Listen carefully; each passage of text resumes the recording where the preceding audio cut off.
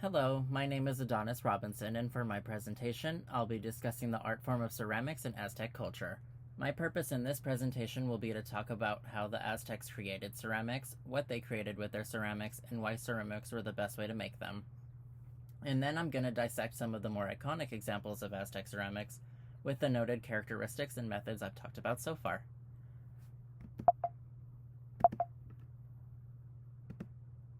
So of course we have to start with how ceramics were made, and the place it always starts regardless of the product is fresh local clay that was then shaped often with molds in the case of pottery, plates, bowls, and cups.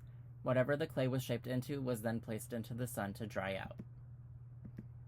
Slightly before that final firing process, they colored the ceramics with pigments like reds produced from cochineals, which are a kind of bug that were commonly found on prickly pear cacti that they'd feed on. They also used a naturally pigmented clay known as tecocahuitl for the color yellow, which has been identified as yellow ochre, a naturally pigmented clay. This pigmented clay was caused by the introduction of hydrous ferrous oxides. Then of course there's the famous Maya blue pigment, but that was also used by Aztecs. This pigment was caused by the combination of natural pigmentation from anil leaves being added to palygorskite clay, which is most common in areas of early Mesoamerican cultures. Lastly, of course, they had black pigmentation created by pine charcoal. Another final decoration added would have been the carving of finer details into the currently somewhat hardened structure. After final decorations were added, then the ceramics were placed in either updraft or open pit kilns to fully harden. Updraft kilns were encased structures of material where an open flame was put at the bottom so that heat could rise through the kiln and out from the top in an open hole, baking the objects inside but allowing heat to escape so that they could subsequently cool down. Open pit kilns were much more simple and just required a pit in the ground with many flammable materials thrown in to keep a fire going while the object made of clay inside was suspended above.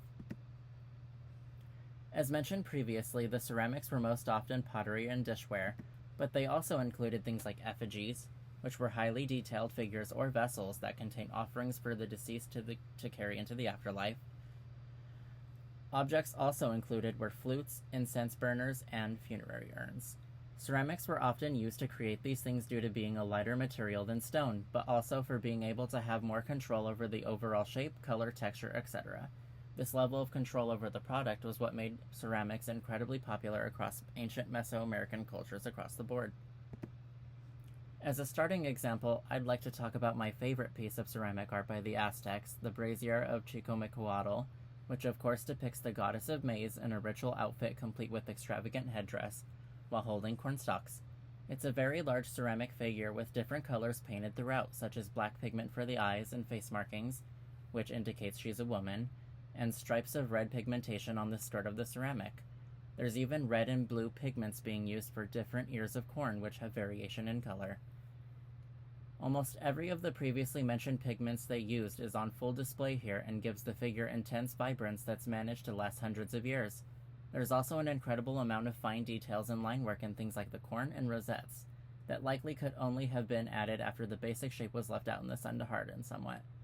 A piece of this extravagance was likely specially commissioned by an artist rather than one of the many domestic items you'd find in people's homes, probably for festivals and religiously significant events. The last example I want to look at is the Tlaloc vessel.